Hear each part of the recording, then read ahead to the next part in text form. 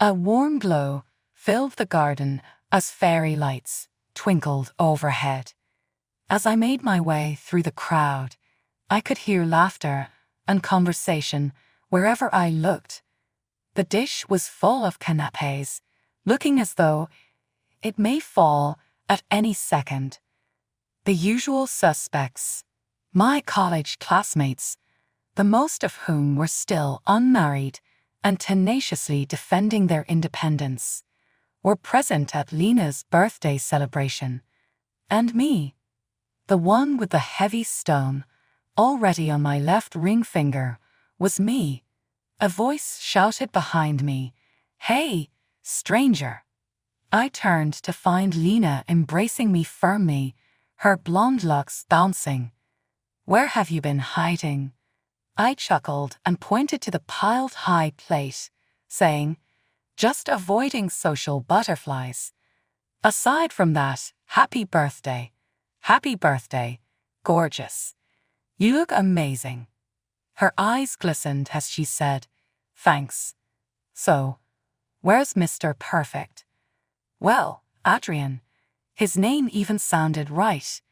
It was because of him that I left the single life behind early. We had met a few months prior at a friend's get-together, and I must admit it resembled something from a corny romance book. As we looked at each other across the room, the music stopped and we were left alone. He said, "Hey," his lips moving into a self-assured smile. "I don't believe we've ever met. Adrian is who I am." "I'm Maya," I said, with butterflies in my stomach. "Nice to meet you." We spoke for hours about everything and nothing that night. Unlike any person I'd ever met, he was unique. He had a clear idea of his future self at the age of 27, a family, a profession, the entire 9 yards. It was a welcome change from the Peter Pans around me who were terrified of commitment. At one point, his stare was fierce as he proclaimed, "I want kids. A whole bunch of them, and I wouldn't mind changing a single diaper." My heart leaped for joy.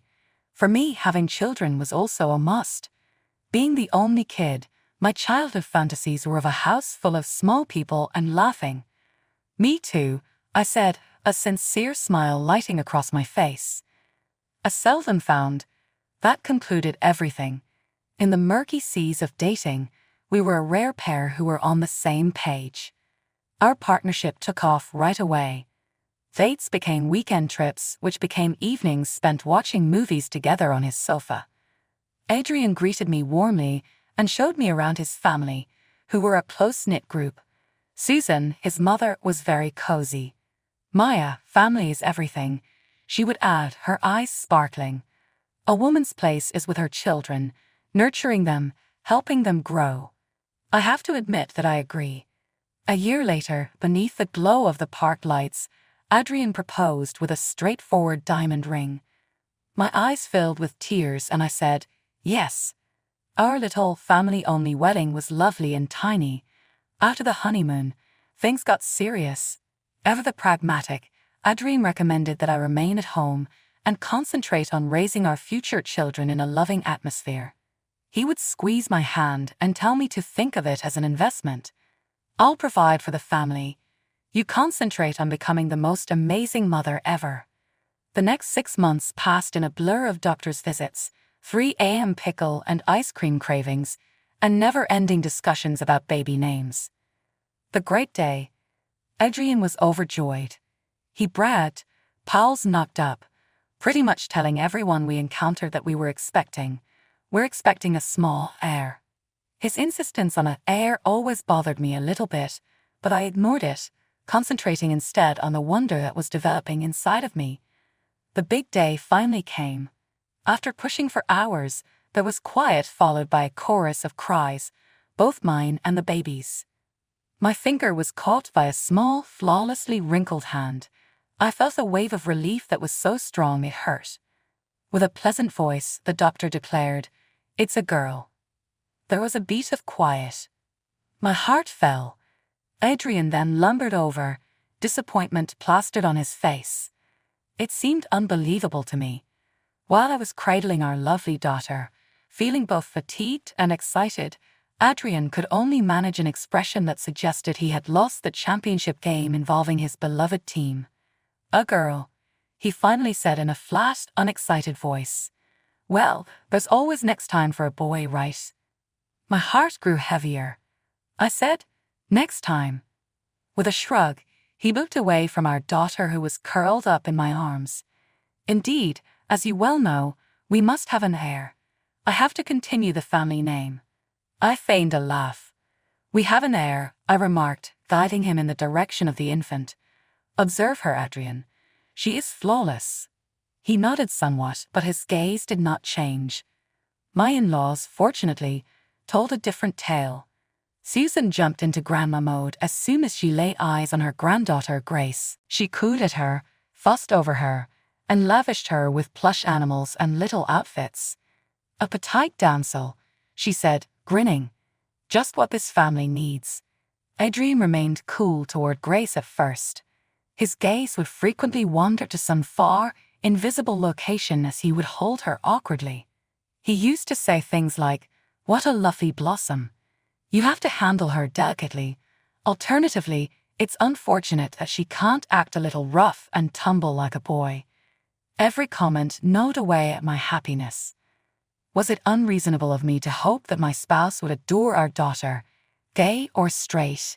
However, the reality was revealed a year later when the physicians verified that I would not be able to conceive any more children because of health issues. Adrian's disillusionment transformed into something more sinister, an enduring stream of animosity that seeped into our existence. Like ice cream melting on a sweltering summer day, 8 years flew by. My tiny miracle, Grace, grew into a bright, self-reliant youngster. She had a mind sharper than a chef's knife at 8 years old. She loved gadgets, could cook better than most adults, and her French was as smooth as a bubbling stream. She had prepared a 3-course French feast for her grandparents, Susan and George, only a week prior. With wide eyes and tantalizing taste buds, they sat there while Grace proudly displayed each dish. Susan said, wiping her lips with a tissue, "Grace, this is amazing. You're a natural." A guy of few words. George just nodded yes, but the sparkle in his eyes spoke more than words could. She won another prize the same week, this one for the junior high school competition's most delectable handmade food. Adrian was not deterred. His meek congratulations was followed by his typical retreat into the den, where he would enter whenever Grace's accomplishments seemed to be taking center stage. Tears filled Grace's large brown eyes as she constructed a grand Lego castle on the living room floor one evening. "Mommy, why doesn't Daddy seem happy about my stuff?" She sniffed, her bottom lip quivering. My heart hurt. This was hardly a novel concept. For years, Adrian's disregard for Grace had been a source of irritation for me. I used to ignore it, reasoning that he wasn't very adept at showing affection. However, a powerful protectiveness shot through me when I saw Grace's brilliant eyes clouded with confusion. "Hey, sweetie," I said as I bent down to give her a hug. "It's nothing to worry about. Your father adores you much. He just doesn't know how to express it, to put it mildly." Once Grace had fallen asleep that evening, I went up to Adrian. He was leaning back on the couch and glancing through sports channels as a beer teetered on the coffee table. "Adrian," I remarked in a frustrated tone of voice, "we need to talk about Grace." His demeanor was a mix of defensiveness and irritation as he glanced at me. "Observe," he uttered in a rough voice. "I give it my all, okay? I provide a roof over her head and pay the bills. Is that not sufficient? She is desperate for your acceptance and encouragement," I replied, my voice quivering with rage. "The least you can do is pretend to be interested." Adrian let out a deep, long sigh that seemed to engulf the entire space. "All right," he whispered. "I'll try, but don't expect miracles." Adrian and Grace's communication over the next few days was tight. Though with a false civility that made me uncomfortable, he would question her about school. However, it like seeing a bear attempt to waltz. The months blended together. Adrian's attempts to develop a close relationship with his daughter diminished and were replaced with a cold civility. However, he was starting to have strange late nights. After nightfall, smelling strongly of perfume that wasn't mine, he began to trickle in. His lame explanations included business meetings, being late, and highway traffic congestion. Every justification seemed like a blow to the face. I made the decision to approach him one evening while Grace was sound asleep and the clock was getting closer to midnight. With a smug smile on his face, he walked in the door, exhausted but confident. I said, "There you are," in a voice tense with repressed rage. "Have you been somewhere? All night long, Grace has been inquiring about you." He gave me a patronizing glance. He said, "Look, honey," his annoyance evident in his voice. "It's okay, I carry the bacon home. You spend the entire day sitting here. What real-world knowledge do you possess?" My teeth tightened. This man had the gall to shove it back in my face, the same man who had recommended I become a housewife. The days that followed were a tight waltz between boiling fury and stillness. Adrian withdrew even further and spent an increasing amount of time away from his house. He even began to dress differently, donning more fashionable attire and exuding a haughty demeanor that annoyed me. His hair has also altered to a more modern cut that appeared to be intended to remove years from his face. Going for a new look, huh? One morning, unable to suppress my curiosity, I made a comment. He gave me a toothy smile, the type he no longer gave me.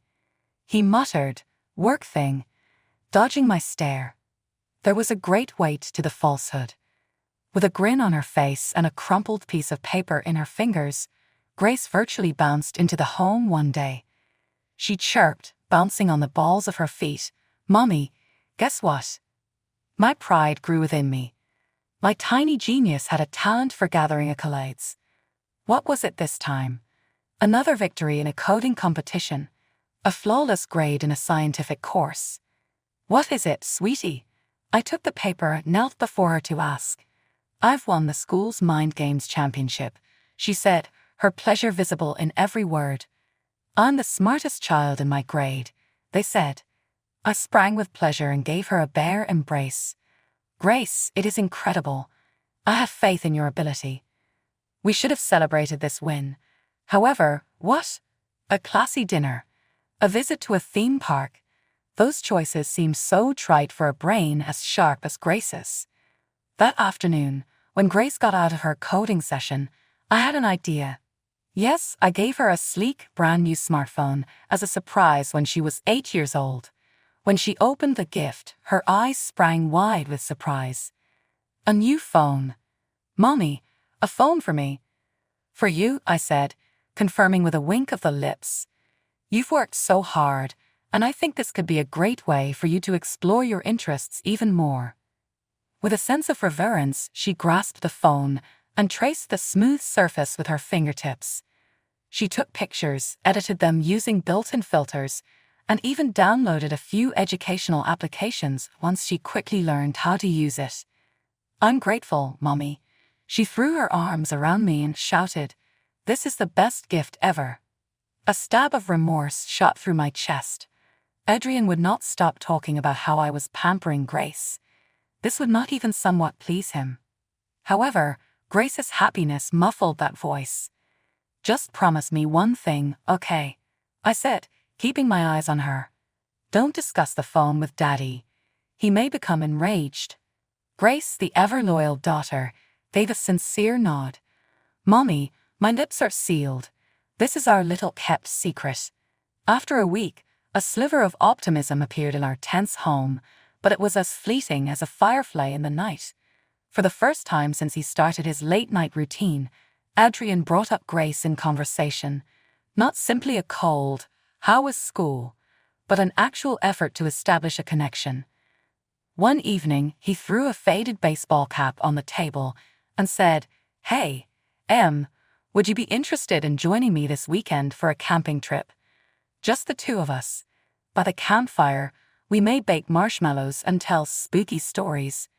Grace had a Christmas light-like glow in her eyes. "Are you serious? Simply the two of us?" "Yeah," Adrian said with a tad of discomfort. "Figured it's about time we bonded. You and your old man." My gut constricted with a knot of fear. I shuddered to think of Grace going into the woods with Adrian, a man who couldn't tell a compass from a calendar. But Dad, what about things like bears? Don't the mountains harbor wild creatures? Adrian chuckled, a humorless sound. Kiddo, don't worry. I'll keep you safe from any wolves or bears that happen to sniff around. My chest throbbed with my heartbeat. The entire concept of going camping seemed like a bad one. Nevertheless, the words died in my throat as I saw Grace's delight sparkle in her eyes. They packed their backpacks for the weekend. A little flicker of optimism clashed with a worried flutter in my gut. Perhaps, just possibly, this journey might serve as the link they needed to strengthen their bond.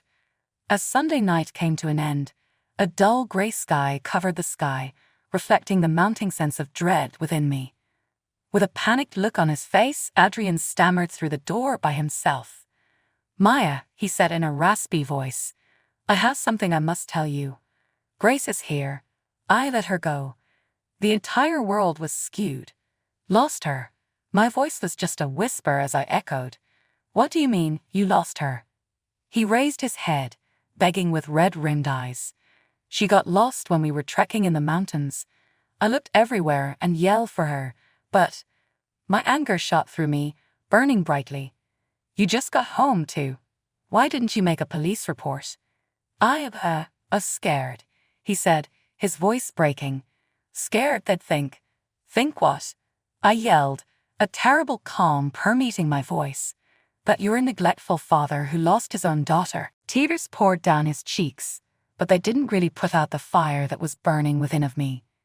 I said, "I'm calling the police," and picked up the phone. "They can start searching right away."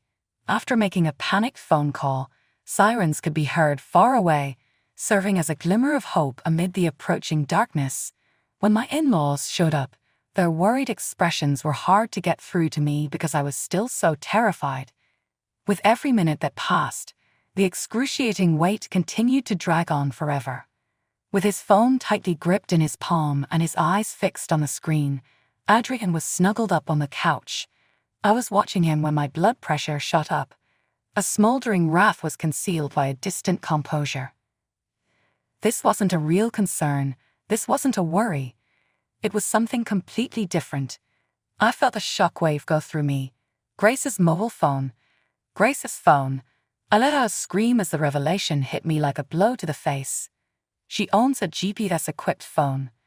Adrian's expression became colorless. His phone fell to the ground with a crash, showing a text exchange full with adorable emoticons. Disregarding the nauseating churn in my stomach, I reached for my phone and called Grace. It went unanswered. With shaky palms, I held onto a frail hope that was eroded by each unanswered ring. With a sense of renewed urgency in their voices, I informed the search team of the information. "I'm hoping that little phone, which represents my alleged excess, will be the key to getting Grace back home." An hour turned into what seemed like an eternity. The tense stillness was broken by a crackling of static on the walkie-talkie. "We found her," a voice, hoarse with relief, said. "She is secure and unharmed." A few moments afterward, the front door exploded, showing a team of rescuers with a little bundle that seemed to be Grace. Grace's face was covered in fatigue and filth, but she was alive and well. With tears running down their faces, my in-laws wrapped their arms around her. I tucked my face into her hair and participated in the embrace. My spirit was soothed by the aroma of fresh air and pine needles. Upon eventually drawing away, I saw Grace's lovely brown eyes. "Why didn't you answer your phone, sweetheart?" With a rich, emotional voice, I questioned. With a tinge of rebellion in her little voice, she shrugged. She said, "I was afraid it would die, so I just stayed put and waited for them to find me on the GPS thing." At the age of 8, she is already exhibiting a level of intelligence that surpasses even her father. I looked at Adrian, who was standing uncomfortably off to the side, like a ghost at his own daughter's homecoming celebration, and felt a pang of shame that quickly turned into a fury. "Well, aren't you going to say something?" My voice filled with hatred, I spat. "Hey, sweetie, welcome home. I'm relieved that you are no longer wandering in the woods." Adrian winced at what I said, but said nothing. Sensing my hostility, Grace wriggled free of my hug and moved in his direction. "Daddy," she murmured in a quiet yet distinct voice, "why did you leave me all alone in the mountains?" A thin, phony smile spread across Adrian's lips. With a strained voice, he said, "Just a little test, champ. See how brave you are." Grace, who was 8 years old, showed wisdom beyond her years. Her head was cocked, her eyes fixed. "No," she clarified. "You left me on purpose." Adrian let out a strangled laugh. "Kiddo, stop being so dumb. Why would I act in such way?" "Because you don't like me," she said matter-of-factly, her tone without any reproach. "You never wanted me." My throat heightened each breath. The unadulterated and bare truth loomed large in the atmosphere. Adrian's cheeks turned red. Like an animal in a corner, his eyes darted all around the room. "That's not true," he blustered, desperation evident in his voice. "You're just a stupid kid making stuff up." Grace snapped back, her little form bristling with indignation. "Don't call me stupid." Ever the broker of peace, Susan stepped in. "Adrian, that's enough," she yelled in an unexpectedly harsh tone. "Let Grace speak." Adrian started to object, but his father's withering gaze cut him down. George murmured, "Grace, darling," in a soft voice. "Can you tell us what happened?" With her grandfather's encouragement, Grace felt more confident and took out her phone, the very one I had given her as a covert present. "I have proof," she said, her voice booming with self-assurance. A couple touches on the screen brought a woman's voice into the space. It cooed into the phone, all sweet and enticing. Grace had taped the talk rather skillfully. "You're fine, honey," the voice said. "We'll be together soon. Simply get rid of her for good." My face started to bleed. The sound of my heart thumping against my chest contrasted with the icy quiet that ensued. "What? What is this?" My voice was almost a whisper as I stuttered. My father-in-law turned to confront Adrian, a look of frustration mixed with rage. "What does this mean, son?" Confronted and vanquished, Adrian fell to his knees. His face was dripping with tears. The painstakingly built facade came apart, exposing the ugly truth. He revealed all of his secrets, including a vile story of a desperate relationship and vicious ambition. He disclosed that his mistress was expecting his son, the inheritance he had always desired.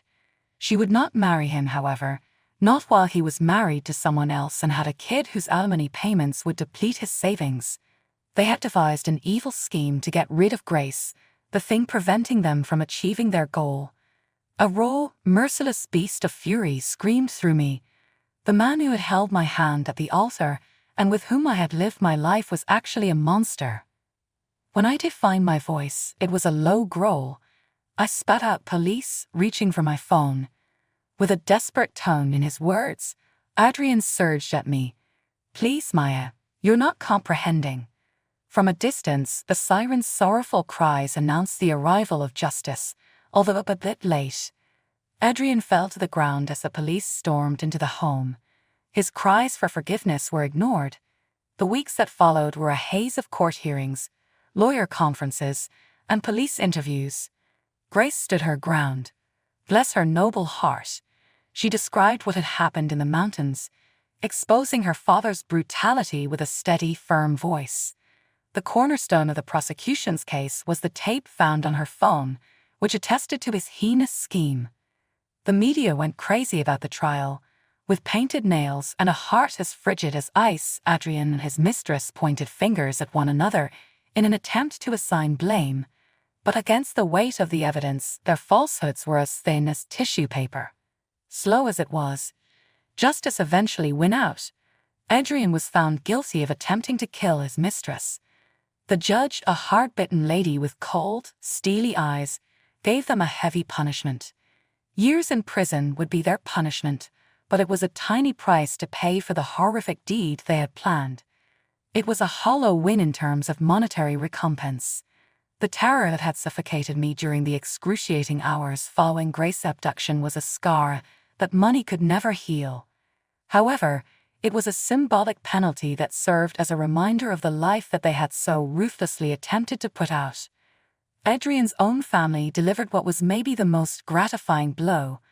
George and Susan officially rejected their son, with expressions of deep disappointment on their cheeks. Their steadfast support was a comfort to our hurting hearts as they stood by Grace and me. The ghosts of the past followed Grace and me as we went. It wasn't simple. My sleep was being torn apart by dreams. However, as the day brightened, and as he laughed with Grace, the darkness grew lighter. A mother's love is passionate and unyielding, and it can overcome even the most horrific betrayals. I realized this as I held Grace close, her little body warmth serving as a beacon of hope.